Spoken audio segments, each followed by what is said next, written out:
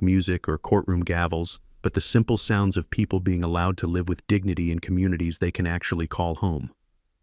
What's your HOA horror story? Share it in the comments below.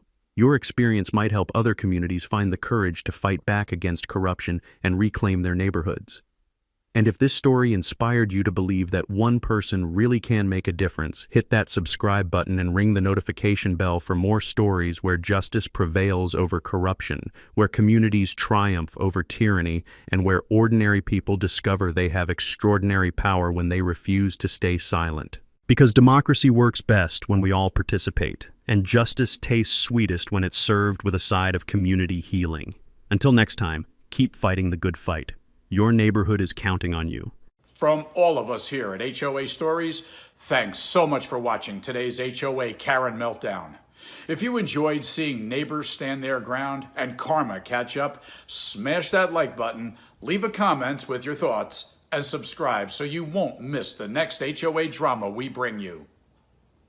At 6 a.m., this HOA president is blocking my driveway, screaming, "We'll seize your property by force." The stench of her desperation mixed with cheap perfume made the morning air toxic. But what she didn't know, what made me grin while she threatened me, was the smoking gun document I'd found the night before. For 18 months, she'd tortured me with fake government citations, hired fraudulent surveyors, and filed false reports with federal agencies. All because I dared to buy a house 50 feet outside her jurisdiction. I'm Dalton, and I thought escaping the HOA meant freedom.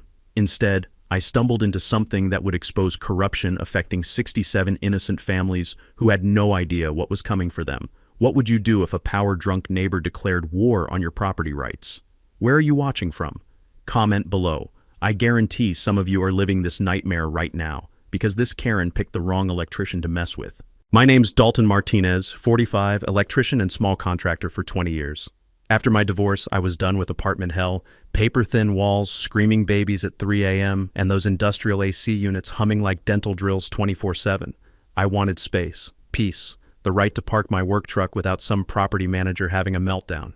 When I found this 1940s farmhouse on Meadowlark Road, 2.3 acres for $185K, I knew I'd hit the jackpot. Solid bones, needed work, and the smell of honeysuckle mixed with old wood made it feel like home instantly. Best part? County maps showed I was 50 feet outside the Willowbrook Estates HOA boundary. I'd done my homework, called the county twice, verified everything. Complete freedom. Yeah, right. Moving day, September heat making me sweat through my shirt, when this white Lexus glides into my driveway. Out steps suburban royalty. Blonde bob so perfect it defied physics. Outfit worth more than my truck payment, carrying a wicker basket like Martha Stewart's evil twin. Brenda Kowalski, HOA president. Shark smile, predator eyes, welcome basket for our new neighbor. The basket had fancy soaps and a manila envelope thick as a phone book, HOA covenants, bylaws, and a note explaining how sweet old Mrs. Mila had informally agreed to follow their rules for neighborhood harmony. Their demands? Remove my planned vegetable garden, aesthetically inconsistent. Paint the house beige from their approved palette. Hide my work truck in the garage during visible hours. Thanks, but I'm not in your HOA, I said, pointing to the actual property line. 50 feet that way. Her smile twitched. Previous arrangements still apply. Community standards benefit property values. I understand property law. That's when things got interesting. The friendly mask didn't just slip, it shattered. Mr. Martinez, there are always creative solutions for compliance issues.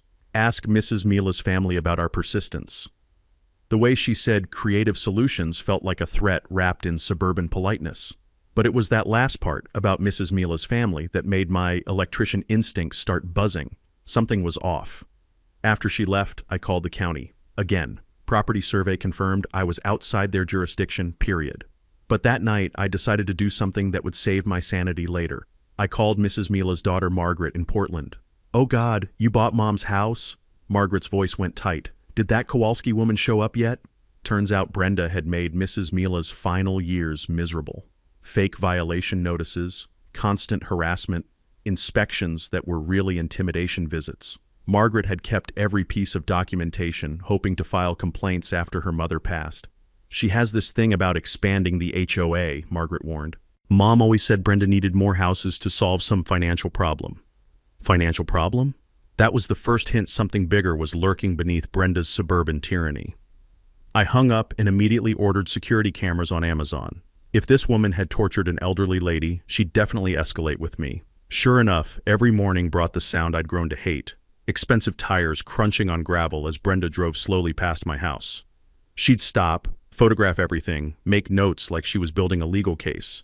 The funny thing, I actually felt sorry for my new neighbors.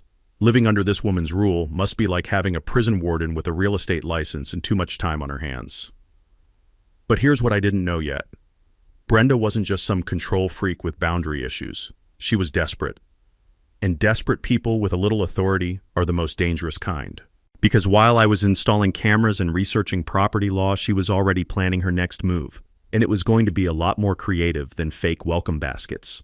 The war for Meadowlark Road was about to begin. 2 weeks after moving in, I woke up to find a bright yellow notice taped to my front door. The paper felt official, thick, watermarked with fancy letterhead that screamed government authority.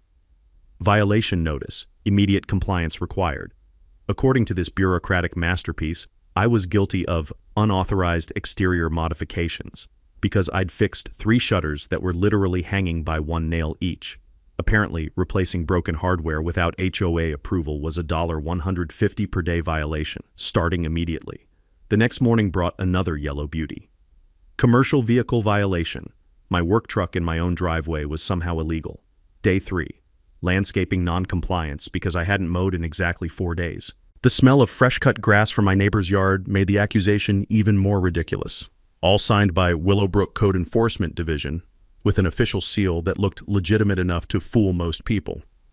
Here's the thing about being an electrician for 20 years. You develop an eye for when the wiring doesn't match the blueprint. Something about these notices felt wrong. The language was too formal, the violations too petty, the timing too convenient. During my lunch break, I called the city's actual code enforcement office. Hey, I'm getting violation notices from you guys. Just want to verify the inspector's name and badge number. Long pause. Papers shuffling. Sir, we haven't issued any citations on Meadowlark Road this month. What's the citation number? That's when my electrician's intuition proved right. The letterhead was fake, the seal was clip art, and the Willowbrook Code Enforcement Division existed only in Brenda's imagination. I remembered reading somewhere that impersonating government authority is actually a serious crime, up to a year in jail in most states. Brenda was playing a dangerous game, but she wasn't finished with her performance art. That afternoon, a white sedan pulled up. Out stepped Brenda with reinforcements, a woman in a Navy business suit who introduced herself as Patricia Vance, HOA Compliance Coordinator. Patricia spoke like she was addressing the UN Security Council instead of complaining about vegetation height. Mr. Martinez, we've identified several concerning irregularities in your property maintenance standards. Such as? Patricia pulled out an actual measuring tape. The hedge trimming height variance exceeds community standards by approximately 3 inches.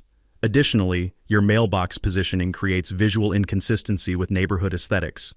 I watched this woman literally measure my hedge while photographing angles like she was documenting a crime scene.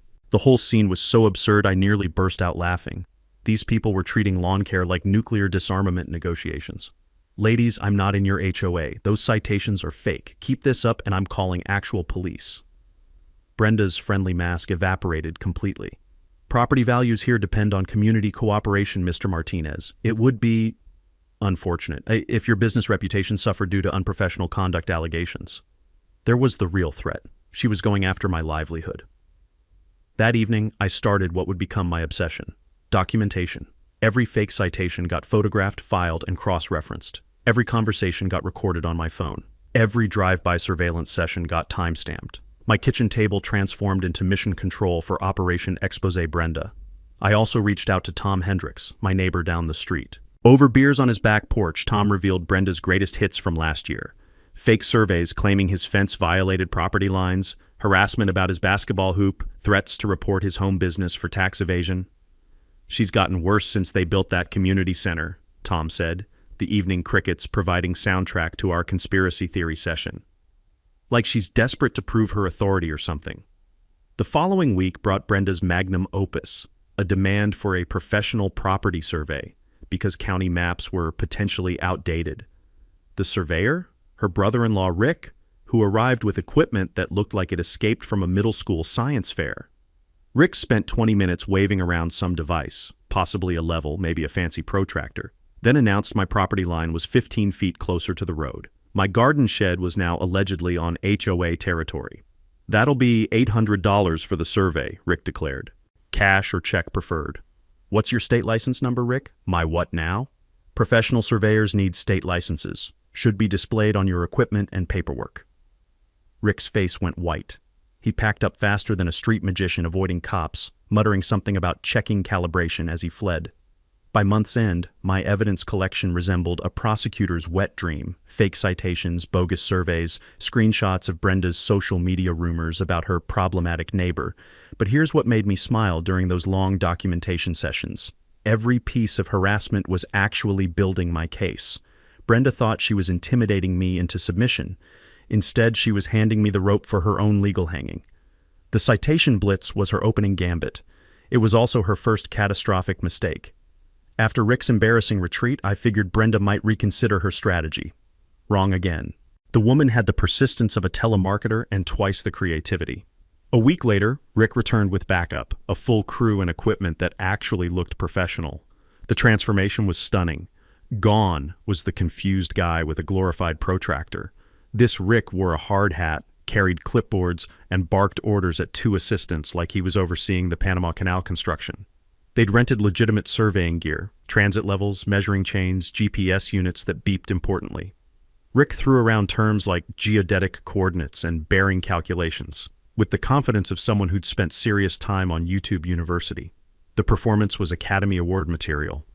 3 hours of measuring everything twice, taking notes on official forms, planting orange flags like they were claiming territory for Spain. The morning air filled with the sound of equipment beeping, and Rick shouting measurements that probably meant nothing.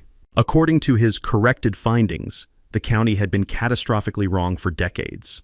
My property line allegedly ran 15 feet into what I'd thought was my land.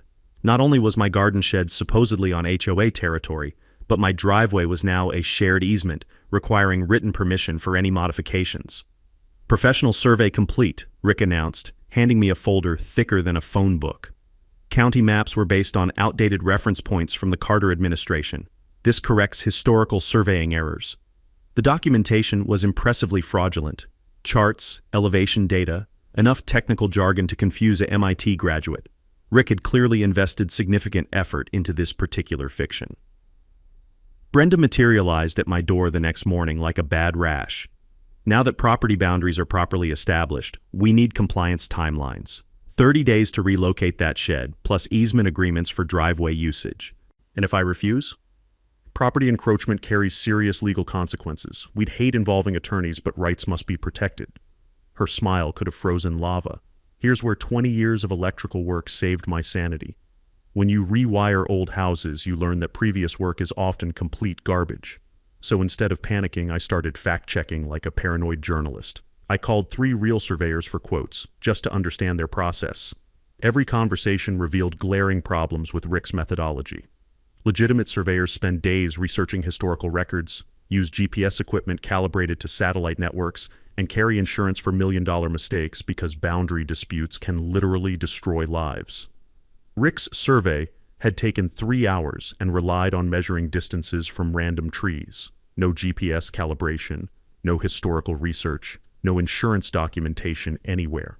The smoking gun came from the state licensing board. Rick's surveying license had been suspended 2 years ago for, wait for it, falsifying boundary reports in a divorce proceeding.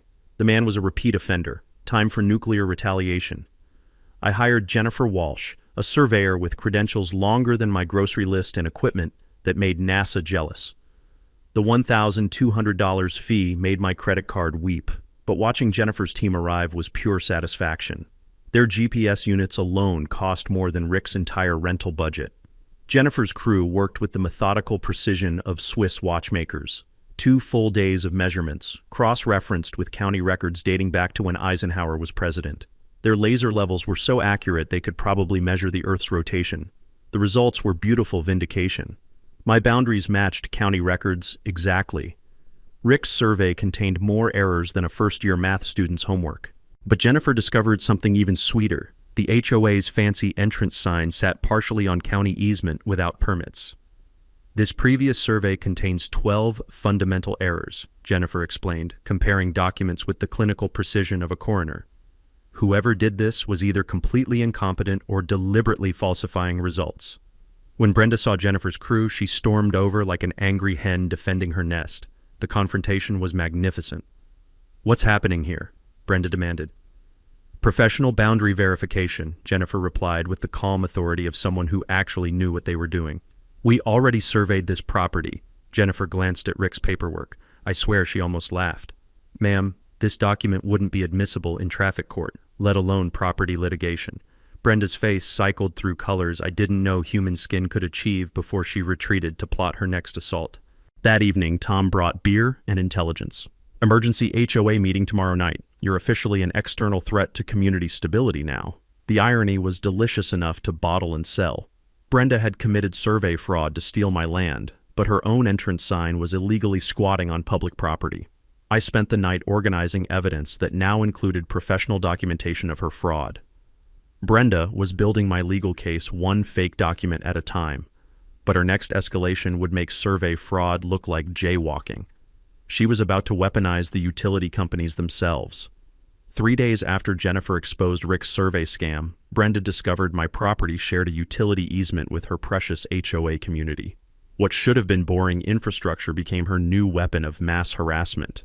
The easement ran along our shared property line, a 20-foot strip where electric, water, and gas lines served both my house and the HOA's common areas. It had existed peacefully since the Kennedy administration without causing anyone grief. Until Brenda decided my garden irrigation was interfering with critical utility access. Tuesday morning, I woke to find 3 utility trucks parked on my lawn, not in my driveway, literally on my grass, leaving tire tracks like a monster truck rally had invaded suburbia. Workers in hard hats excavated around my water lines while a supervisor barked orders about emergency access protocols. "What's the emergency?" I asked the supervisor, a weathered guy named Mike, who looked like he'd rather be fishing. "Report about unauthorized modifications affecting utility infrastructure," Mike said, consulting his paperwork. "Someone claimed your irrigation system compromises main waterline access." I watched them spend 3 hours digging around my perfectly legal sprinkler system, installed by a licensed contractor 2 months earlier. The acrid smell of diesel exhaust from their equipment mixed with fresh turned earth, creating an industrial bouquet that would linger for days. Their conclusion? No interference, no violations, no problems whatsoever. My irrigation was textbook compliant. "Who filed the report?" Mike showed me the complaint form. "Brenda Kowalski, describing my sprinkler system like it was Chernobyl threatening the neighborhood's water supply." But Brenda's utility theater was just getting started. The following week brought the great gas leak hoax of Meadowlark Road. At 6 a.m., sirens jolted me awake. Through my bedroom window, I watched fire trucks, gas company vehicles, and police cars descend like D-Day was starting in suburbia. Someone had reported a potential gas leak near our property line. Within minutes, they'd evacuated 3 houses and deployed a full hazmat crew with detection equipment that belonged in a sci-fi movie. Standing on the sidewalk in my bathrobe at dawn, watching hazmat techs wave electronic wands around my yard, I felt like I was starring in the world's most expensive practical joke. My neighbors clustered in confused groups, some clutching coffee cups, others holding confused pets, everyone looking like refugees from a suburban disaster film. The morning air filled with the chemical smell of emergency response vehicles and the steady beeping of gas detection equipment scanning for invisible threats. After 2 hours of intensive searching, the inevitable verdict, no leak detected. 0. Their expensive equipment found nothing more dangerous than my neighbor's overwatered roses. "False alarm," announced Captain Rodriguez from the fire department. "Whoever called this in wasted significant emergency resources." The emergency response bill arrived 3 weeks later, $340 for false alarm fees. I discovered that filing fraudulent emergency reports isn't just expensive. It's actually a felony if there's a pattern of deliberate deception. Brenda was playing increasingly dangerous games. 2 days later, she escalated to environmental warfare. A hydrology specialist appeared. Another clipboard-wielding expert claiming my garden was contaminating the shared aquifer supplying our neighborhood. This specialist, who turned out to be an HVAC guy named Gary, explained with deadpan authority that my vegetable garden was essentially a toxic waste site, threatening everyone's drinking water through excessive organic matter infiltration. The scientific illiteracy was magnificent. Gary suggested my tomato plants were environmental disasters requiring immediate soil remediation, costing $2,800, plus ongoing monitoring fees. I'd officially reached my tolerance limit for Brenda's parade of fake professionals. That afternoon, I called Dr. Sarah Kim, an actual hydrologist from the state university. For $400, she spent 3 hours testing soil and water samples around my property. Her findings obliterated Gary's pseudoscience so completely, I almost felt sorry for his ignorance.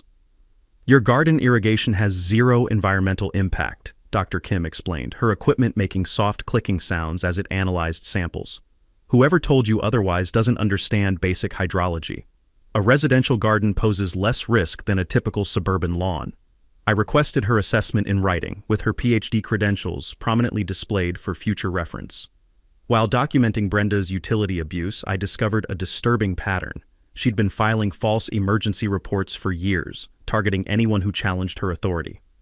Mrs. Mila's family confirmed similar harassment: fake gas leaks, imaginary contamination, fraudulent electrical emergencies. But during my research, Beverly Santos suggested something that would change everything. Have you checked the HOA's own permit compliance? What I found in those municipal records would transform this personal harassment campaign into a community-wide financial scandal threatening every family in Willowbrook Estates.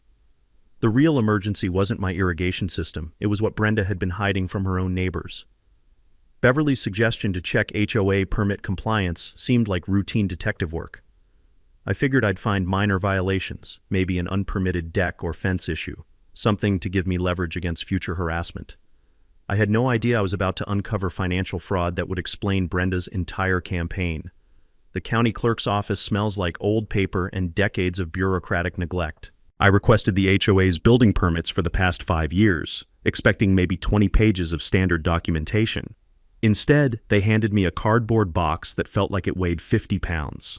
The Willowbrook Estates Community Center, that fancy building where Brenda held her power meetings, had been constructed in 2019 without proper environmental permits. Storm drainage modifications were never approved by the state. The parking lot expansion violated setback requirements. Every major construction project contained violations that should have triggered immediate stop work orders. But here's where my electrician's brain started sparking. The permits that did exist showed construction costs of $340,000. For a community of 67 homes, that meant each family should have been assessed roughly $5,000. I called Tom immediately. How much did you pay for the community center assessment? $1,500. Brenda said they got contractor deals and came in under budget. The math hit me like an electrical shock. If everyone paid $1,500, the HOA had collected only $100,500 for a $340,000 project. Someone had covered a $240,000 difference. That's when I found the smoking gun buried in court records. Lawsuit, City of Willowbrook versus Willowbrook Estates HOA, filed 2021. The HOA had challenged a traffic light installation, claiming it would devastate property values. They'd hired high-powered attorneys, fought the city for 18 months, and lost catastrophically. The final judgment made my hands shake: $847,000 in combined legal fees, court costs, and punitive damages. The HOA was ordered to pay immediately or face asset seizure and dissolution. I sat in my truck outside the courthouse, engine ticking as it cooled, staring at documents that explained everything. The smell of hot asphalt through my open windows mixed with the metallic taste of shock in my mouth. Brenda wasn't harassing me over property standards or community harmony. She was financially desperate, and expanding HOA membership was her only path to survival. My $185,000 property would generate $2,400 annually in dues, force 10 more properties into the HOA, and she'd add $24,000 yearly income. Still nowhere near enough to cover $847,000 in debt, but enough to negotiate payment plans and avoid immediate foreclosure of community assets. Every harassment tactic suddenly made sense. Every fake citation, fraudulent survey, and utility emergency, all motivated by pure financial panic. That evening I called Margaret Mila. Did your mother ever mention HOA financial problems? Mom always said Brenda seemed desperate about expanding boundaries, adding more houses. We thought she was just power hungry. Margaret's voice carried new understanding. But maybe she was trying to save herself. the pieces assembled like a complex wiring diagram, finally making sense. Brenda wasn't just a control freak. She was a woman drowning in debt, using intimidation to force unwilling property owners into her sinking financial ship. But what made my anger burn white hot? None of the 67 families knew about this debt. They were making monthly payments, believing their money-funded community improvements. Instead, their dues were hemorrhaging into legal fee payments for Brenda's catastrophic lawsuit. I researched nonprofit disclosure laws late into the night. HOAs must provide annual financial statements to members. Hiding major debt violates state regulations and potentially constitutes criminal fraud. For the first time since this nightmare began, I held real power. Brenda might control her kingdom through intimidation, but she couldn't hide from banking regulations and state oversight. The question eating at me: use this information to protect myself or expose the truth and save 67 families from continued deception? My conscience wouldn't let me choose self-preservation. This was about justice now. The next morning, I woke up with the focused energy of an electrician who'd finally identified the short circuit. Time to rewire this entire situation. First stop, Marcus Webb's law office downtown. Marcus had the kind of steady confidence that comes from 30 years of making bureaucrats sweat. His office smelled like leather-bound law books and industrial-strength coffee, the aroma of serious legal warfare about to begin. "You've uncovered something spectacular," Marcus said, spreading my evidence across his mahogany desk like a general planning invasion. "Systematic harassment, financial fraud, government impersonation. She's violated so many laws I'll need a calculator to count the felonies." Marcus outlined our battle plan. Build an airtight case while preparing for Brenda's inevitable retaliation. "She's desperate," he warned, adjusting his glasses with the precision of someone who'd seen desperate people destroy themselves. "Desperate people burn everything down rather than surrender." That afternoon, my kitchen table transformed into something that would make FBI investigators jealous. Every fake citation got scanned, filed, and cross-referenced. Security footage compiled into a chronological horror show of Brenda's greatest harassment hits. The printer worked overtime, churning out evidence packets with mechanical determination. I'd learned during my electrical career that backup systems save your life when main power fails. This documentation fortress would be my insurance policy against whatever Brenda planned next. My alliance expanded like a well-designed circuit network. Tom introduced me to Frank Morrison, retired city councilman with silver hair and eyes that had seen every municipal scam twice. Over coffee that tasted like it had been brewing since the Reagan administration, Frank delivered the verdict I needed. "Financial concealment isn't just unethical, it's criminal fraud," he said, stirring sugar with the methodical precision of someone who'd testified in dozens of corruption cases. "Homeowners have absolute right to know when their association faces bankruptcy." Channel 7's Sarah Kim was even hungrier for the story. "Municipal corruption is my specialty," she said, practically vibrating with journalistic excitement as she reviewed my files. "Fake authorities, financial fraud, elder abuse, this has everything except actual bodies buried in backyards." But Beverly Santos delivered the most beautiful discovery. Public records showing Brenda's personal finances were imploding faster than a controlled demolition.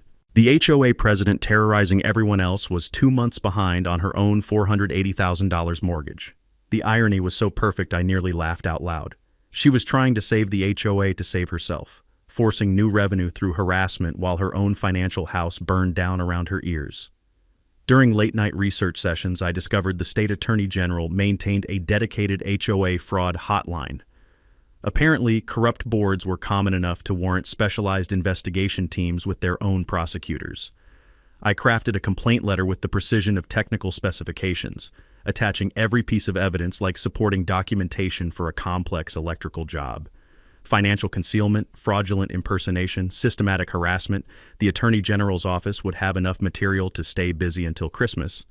But legal vindication wasn't enough. 67 families had been deceived about their financial exposure, trusting that HOA dues were managed responsibly while their association hemorrhaged money into Brenda's failed legal adventures.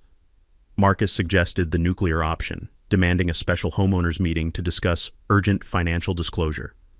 State law required such meetings when 20% of residents requested them. Getting those signatures required diplomatic precision. Most residents still trusted Brenda, unaware their association was bankrupt. I needed to educate without seeming like a vindictive troublemaker with personal axes to grind. Margaret Mila became my secret weapon. As Mrs. Mila's daughter, she had credibility with longtime residents who remembered her mother's harassment ordeal. Margaret agreed to help gather signatures by sharing documentation of Brenda's systematic intimidation tactics. The timing had to be perfect, like synchronizing multiple electrical systems to prevent power surges. The annual HOA meeting was 3 weeks away, ideal for dramatic financial revelation. Sarah Kim would attend as routine community correspondent while Marcus represented my legal interests. Everything needed coordination. Attorney General complaint, special meeting demand, media exposure, and protective legal measures for when Brenda realized I wasn't just defending myself, I was dismantling her entire operation. My evenings were spent creating information packets for every homeowner, clear financial crisis explanations, harassment documentation, and independent legal resource contacts. The packets were designed to inform without inflaming, educate without accusation. But while I prepared for war, Brenda was planning her own escalation. Tom reported increased surveillance, more photography sessions, and urgent whispered conferences among board members. The smell of impending conflict hung in the air like ozone before thunderstorms. Soon, Brenda would realize I wasn't just some contractor she could intimidate into submission. I was coming for her secrets, her authority, and her corrupt kingdom. My only question was, how far would she go to protect everything she'd built on lies? Based on her escalating desperation, I suspected I was about to find out. 3 days after I'd quietly started gathering signatures for the special meeting, Brenda discovered my plan and launched what I can only describe as total suburban warfare. It started with my phone buzzing at 7 a.m. while I was drinking coffee that tasted like liquid motivation. Jim Patterson, one of my best commercial clients, sounded like he was calling to cancel Christmas. Dalton, got a strange call yesterday. Some woman claimed you're facing serious legal troubles and might not finish our electrical project. Jim's voice carried the uncomfortable tone of someone delivering bad news. She suggested we verify your credentials before the contract renewal. My coffee turned to acid in my stomach. What exactly did she say? Property disputes, unprofessional conduct, possible license suspension. She made it sound like you're one lawsuit away from bankruptcy. Jim paused. I know you're solid, but thought you should know someone's targeting your reputation. By afternoon, the assault was systematic. Linda Morrison from the hardware store mentioned a concerned neighbor, warning about my questionable electrical work. My insurance agent called about mysterious complaints claiming my business practices were under state investigation. Brenda was carpet bombing my livelihood with precision strikes, but her digital warfare showed real sophistication.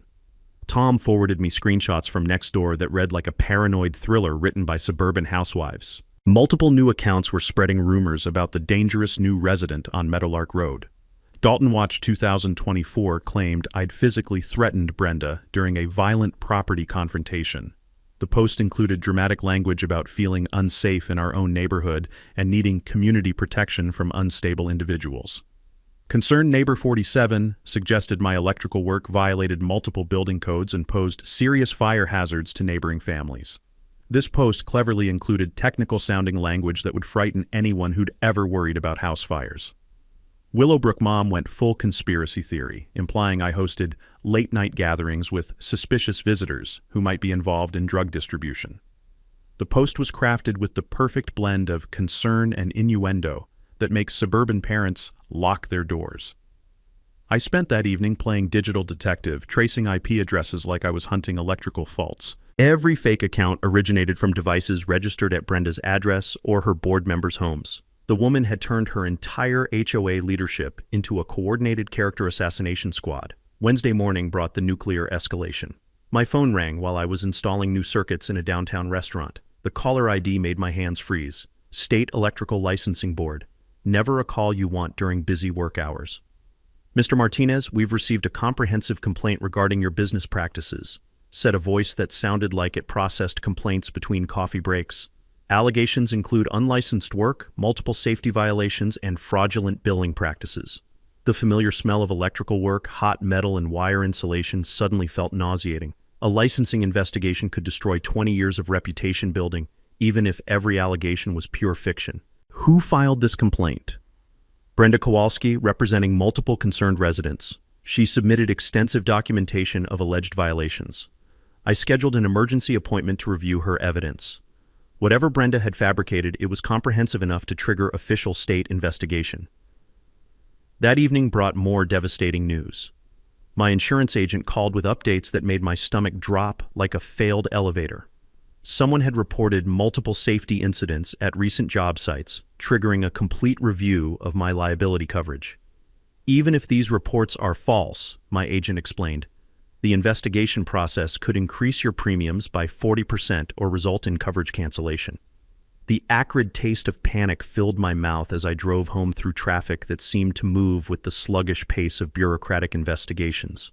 Brenda wasn't just harassing me, she was systematically dismantling my ability to support myself. But Thursday morning brought an angel disguised as Mrs. Mila's daughter. Margaret called from Portland with news that would change everything. I've been going through Mom's papers more systematically, found something explosive. She emailed photographs of a detailed diary Mrs. Mila had maintained during her harassment ordeal. But the real treasure was something that made my electrician's heart sing: audio recordings. Mom was old-school paranoid, Margaret explained.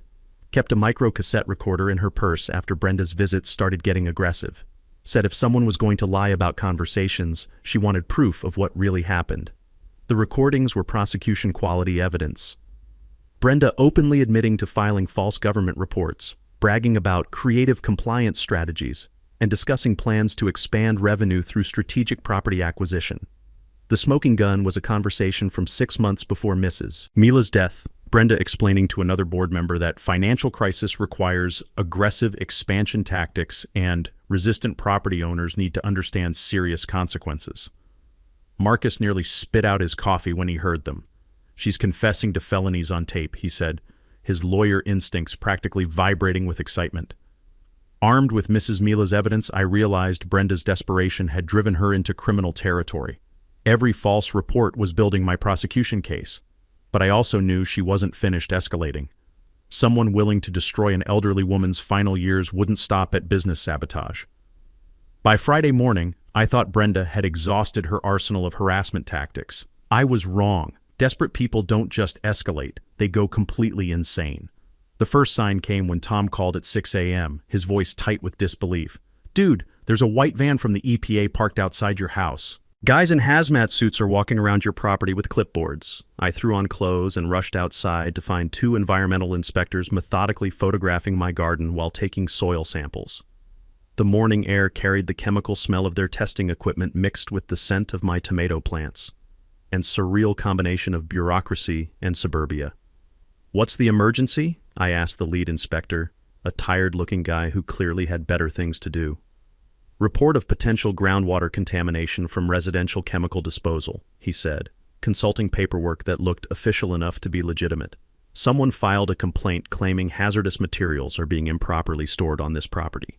I watched them spend 3 hours testing soil that had never seen anything more dangerous than organic fertilizer. Their equipment beeped and clicked with mechanical precision while I explained that my chemical storage consisted of lawnmower gas and WD-40 in a locked shed.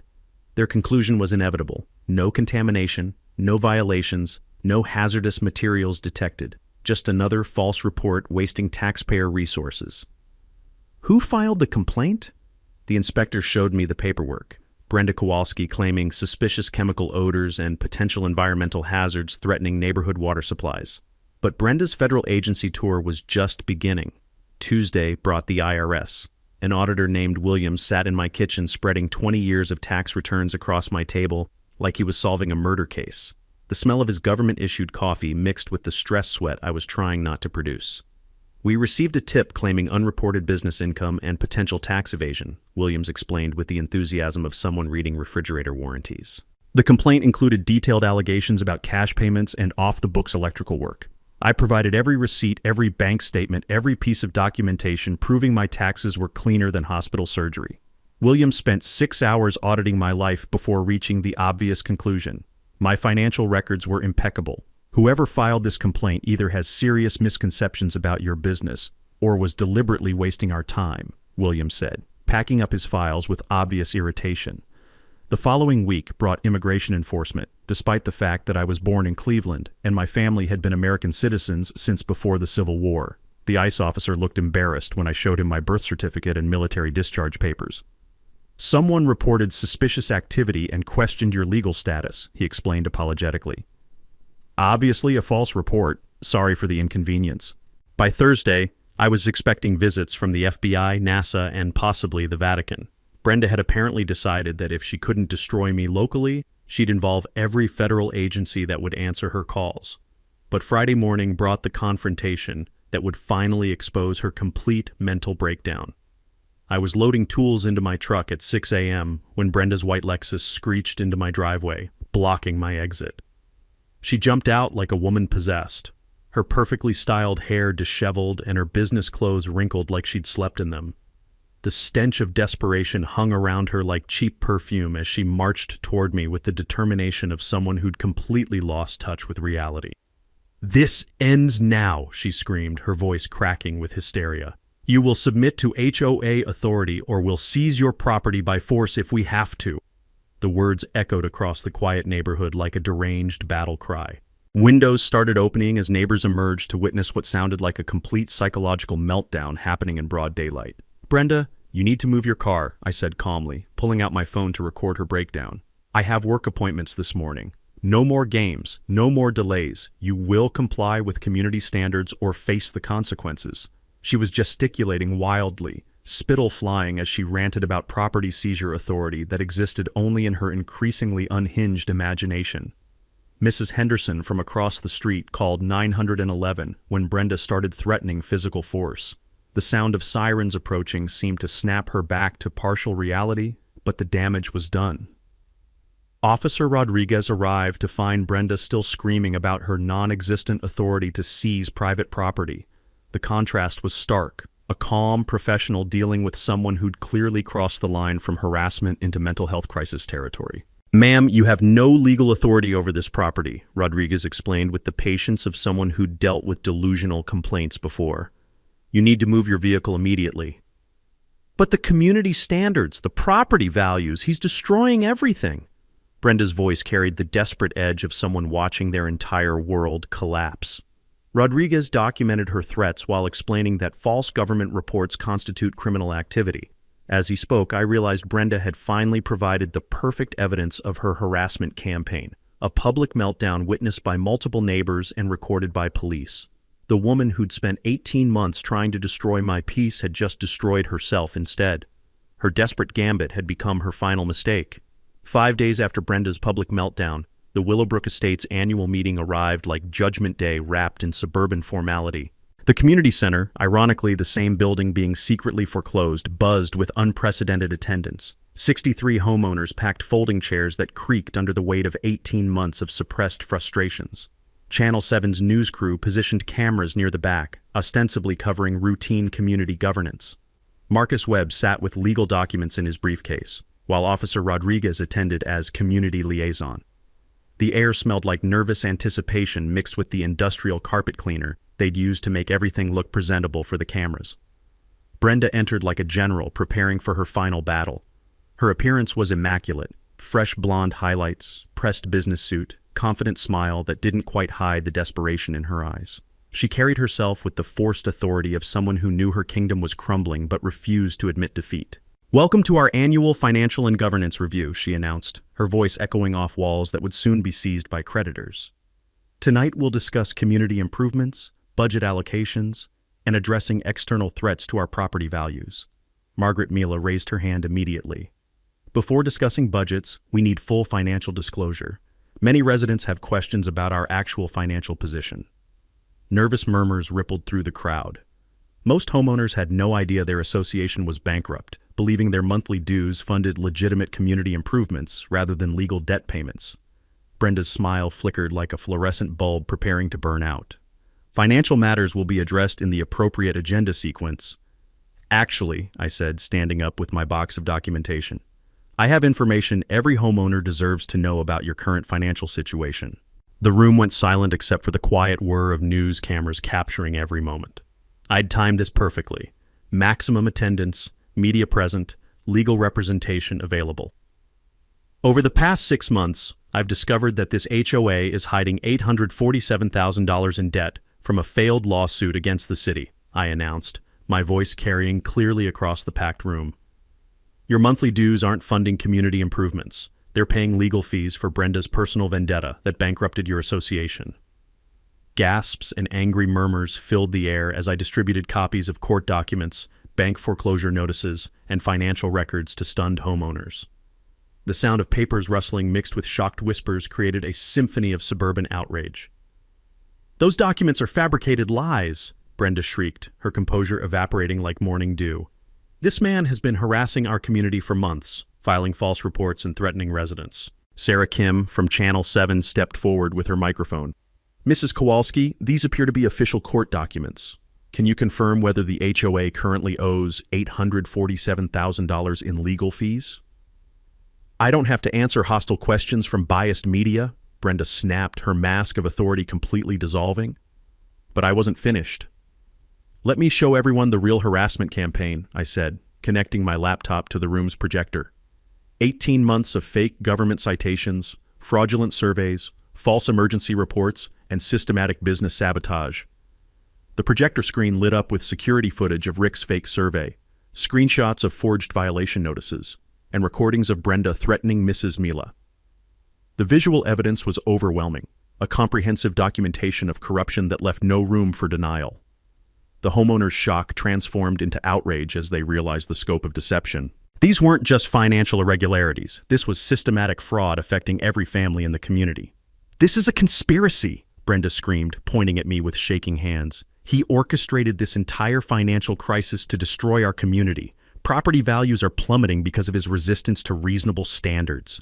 Officer Rodriguez stepped forward with the calm authority of someone trained to handle public disturbances. "Ma'am, we have documented reports of your threats and false government filings. You need to control yourself." But Brenda was beyond rational control. "We have the authority to seize non-compliant properties. Community standards must be enforced by force if necessary." Her voice cracked as she repeated the same delusional threats that had gotten her a restraining order. The news cameras captured every unhinged moment while homeowners stared in horrified fascination at their association president's complete mental breakdown. Marcus Webb stood up with legal documents in hand. "Mrs. Kowalski, you have no legal authority over any property outside this HOA's jurisdiction. Your threats constitute criminal harassment and will be prosecuted accordingly." The room erupted in calls for her resignation. Board members who'd supported her quietly distanced themselves, realizing their association with her corruption could result in personal liability. Tom Hendricks made the motion everyone was thinking. "I move for an immediate vote of no confidence in the current board and emergency financial audit of all association accounts." The vote was unanimous, except for Brenda's single dissent.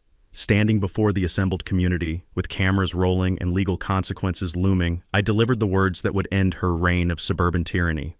I just wanted to live peacefully on my own property. Instead, I discovered systematic corruption threatening 67 families' financial security. This was never about me. It was about protecting this community from fraud and restoring honest governance.